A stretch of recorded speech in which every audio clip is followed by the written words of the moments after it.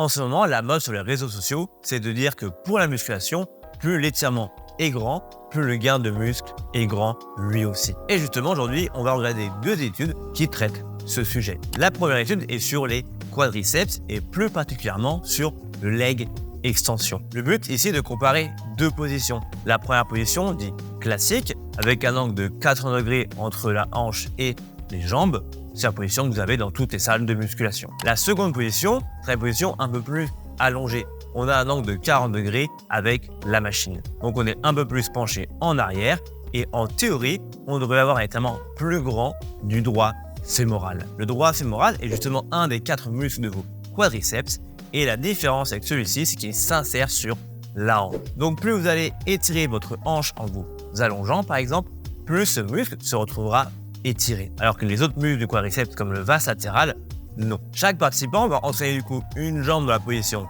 classique et l'autre jambe dans sa position entre guillemets étirée à 40 degrés. S'il y a eu une différence, vu que chaque jambe est nourrie pareil, dort pareil, se repose pareil, etc., c'est entre guillemets forcément grâce à la méthode qui est différente. En théorie, la position qui est plus allongée devrait obtenir plus de croissance musculaire sur le droit fémoral.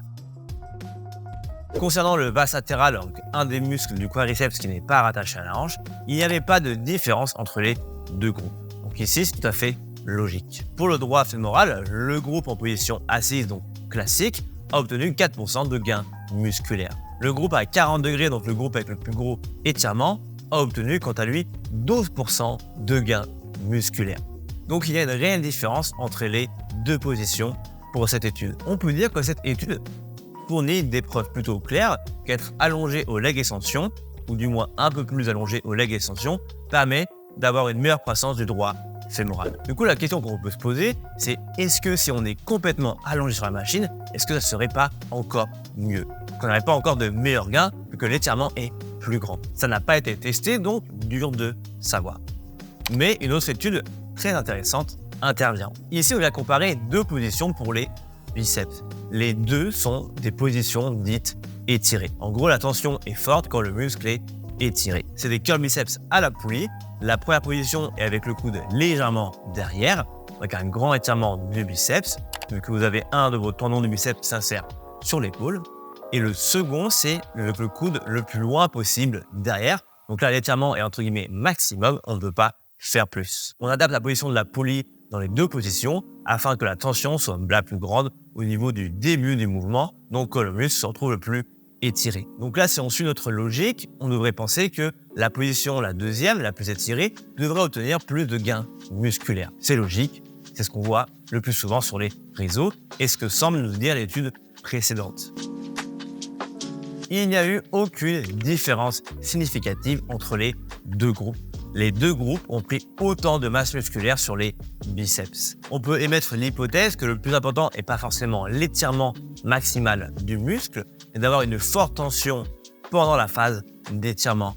En gros, que la charge soit la plus lourde quand votre muscle est étiré et qu'à partir de là, même si c'est encore plus étiré, ça ne marche pas forcément mieux. Par exemple, sur certains leg extensions, on peut modifier la tension du mouvement pour qu'elle soit quand vous avez le genou le plus fléchi possible, donc de la position étirée. Du coup, qu'on soit légèrement allongé ou totalement allongé sur la machine, peut-être qu'avec une telle machine, ça ne changerait rien. Ça, il faudra tester pour le savoir.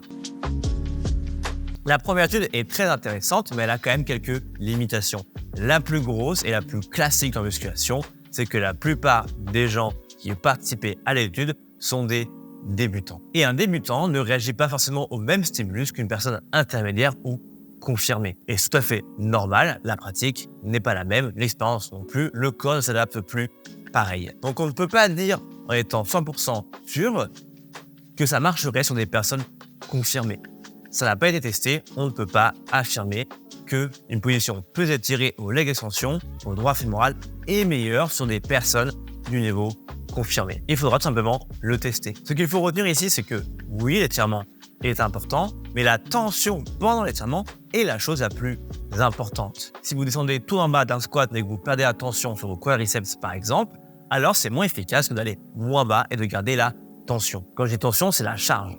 En gros, il faut s'assurer que la charge soit la plus grande au moment où votre muscle est le plus étirer. Par exemple, pour la plupart des machines au câble, c'est d'avoir un angle à 90 degrés en bas du mouvement entre le bras, par exemple, et le câble. C'est là qu'intervient la différence entre amplitude max et amplitude utile pour la croissance musculaire. Les exercices à forte tension, entre guillemets, de contraction ont aussi leur place dans une bonne programmation. Ce n'est pas des exercices qui sont à jeter, ils ont leur avantage eux aussi. Par exemple, ça demande moins de temps pour récupérer de tels exercices, ça demande aussi moins d'énergie, donc ça peut être aussi très utile dans une bonne programmation. C'est justement le but d'un coach, savoir quand placer tel exercice et tel exercice. J'en profite justement pour faire un petit placement de produit pour mes produits, mes programmes.